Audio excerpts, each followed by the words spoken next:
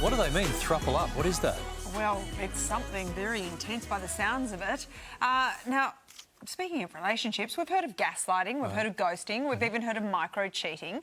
But did you know that breakup-ology is also a term? It's the latest TikTok trend that sees users dissect dumpings in details from a female perspective. With reports that women are 70% more likely to end a relationship than men, it seems that there could be some science to back up the viral bumping video thing.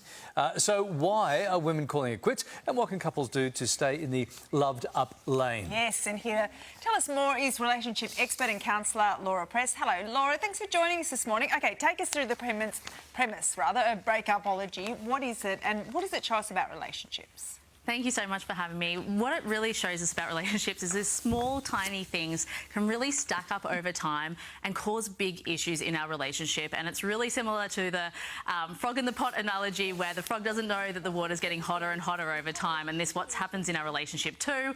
You know, with the frog, he dies. With the relationship, we could end up in breakup if we don't address these small things. Oh, OK. All right, well, let's continue with our dumping dissecting. Women are 70% more likely to break up with their partner than men. Why do you think they're driving the conversation? What's happening?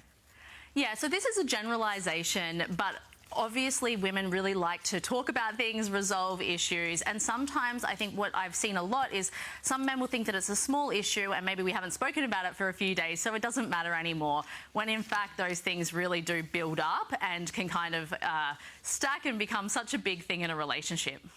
But sometimes breakups are also down to things that we can't preempt. What are some of the less obvious factors that can lead to the end of a relationship? One I see a lot is location and logistics. So a great example of this is Isla Fisher and Sacha Baron Cohen. They actually recently split because she wanted to spend time in Australia and he wanted to be in the UK. And so this can be a big issue in relationships. Other things like cultural differences, it affects how we want to bring up our children and the values that we hold. Lifestyle is a big one. I see couples come to me saying, my partner's still partying like they're 20 years old and we have 3 kids and it's really unsustainable. And then we have things like in-laws and extended family, and it's really important to make sure you're the top priority, that your partner and yourself are the top priority, then the extended family second. Yes. OK, now this is interesting. 30% of people over the age of 60 say they've never been dumped. Wow. What do you think this says about the way we live and love nowadays? We live and love in a very different way today. It's very fast-paced, it's looking for that quick dopamine hit, and we're looking for that excitement and that love. Whereas once upon a time, I think we really focused on building the strong foundation, where now we kind of look, the grass is a little greener over there, and can we access that up really quickly? I feel like I dated a long time ago, but I certainly got dumped quite a bit. I wonder why. You say that sometimes clients have called it quits too soon, though. What's your advice to helping, just people get through that rocky part of the relationship, so it isn't sort of that fast churn and burn? It's really important that you communicate clearly. So actually tell your partner if there's a problem or there's something going wrong. Don't bury it. Talk about it.